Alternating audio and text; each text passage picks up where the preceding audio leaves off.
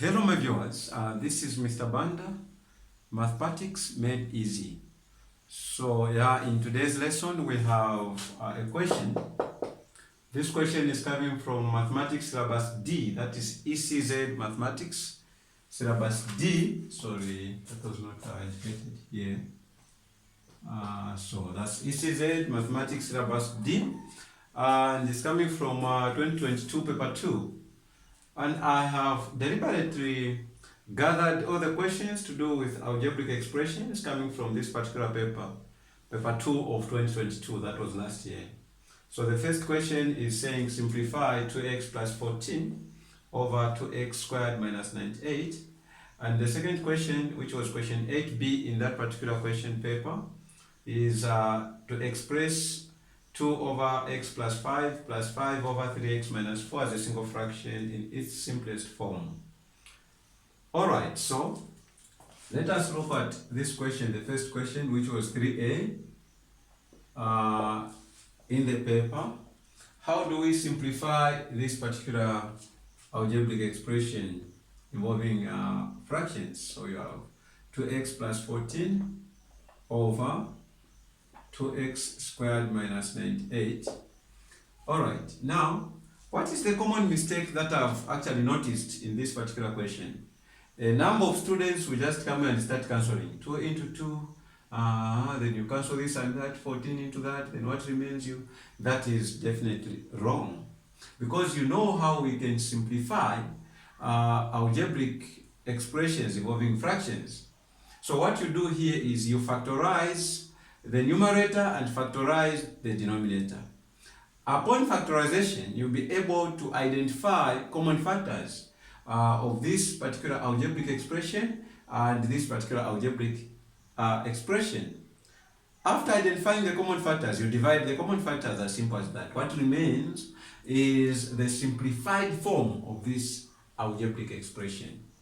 So let us factorize the numerator. So the numerator here, you have 2 being common as a common factor, so 2 will be outside. What will remain is x plus, when you divide 14 by 2, you have a 7 here. So over, even there 2 is common, okay? What will remain there is x squared minus 2 into this one, you get 49. Alright, but when you look at the denominator, this is not factorized completely, because we know that x squared minus 49 is a difference of squares, meaning it can further be factorized using the process of difference of squares. So this will be 2x plus 7 over, this is 2. When you factorize x squared minus 49, you have x plus 7 and x minus 7. You know how we factorize the difference of squares. You just get the sum of their square roots and multiply it to the difference of their square roots. So the square root of x squared is x. The square root of 49 is 7. So you get the sum, you add, times the difference. Here you subtract. So now you can see that there is a common factor of the numerator here. The first one is a 2. This 2 is also there. So 2 into 2, you cancel out, you get a 1. And also, you have seen you have x plus 7, and down here we have x plus 7. The factors of the denominator are 2, x plus 7, and x minus 7. So 2 is there, and the x plus 7 is also here. So x plus 7 is common, so you cancel it out. So this x plus 7 into x plus 7, you get 1. So on the numerator there you have a 1. 2 into 2 is a 1. 1 times 1, you have a 1. So the numerator will remain 1 over, now this is 1 times that will be x minus 7. So your final answer will be 1 over x minus 7. This is quite easy to do, but like I've said, we do not follow the steps, step by step on the concepts that must be applied. So don't please go direct into cancelling. That is wrong. The best is factorize, and you'll be able to identify common factors of both the numerator and the denominator. As simple as that. Now let us look at question 8b. How do we express this as a single fraction? Now, when you look at fractions involving algebraic expressions or algebraic expressions involving fractions, please don't be puzzled with what you must do here. Before I explain what this must be done, let me take you back to grade 5 and 6, where we look at fractions. How do you add fractions? I'll give you a simple set of fractions here. 1 over 6 plus maybe 2 over 5.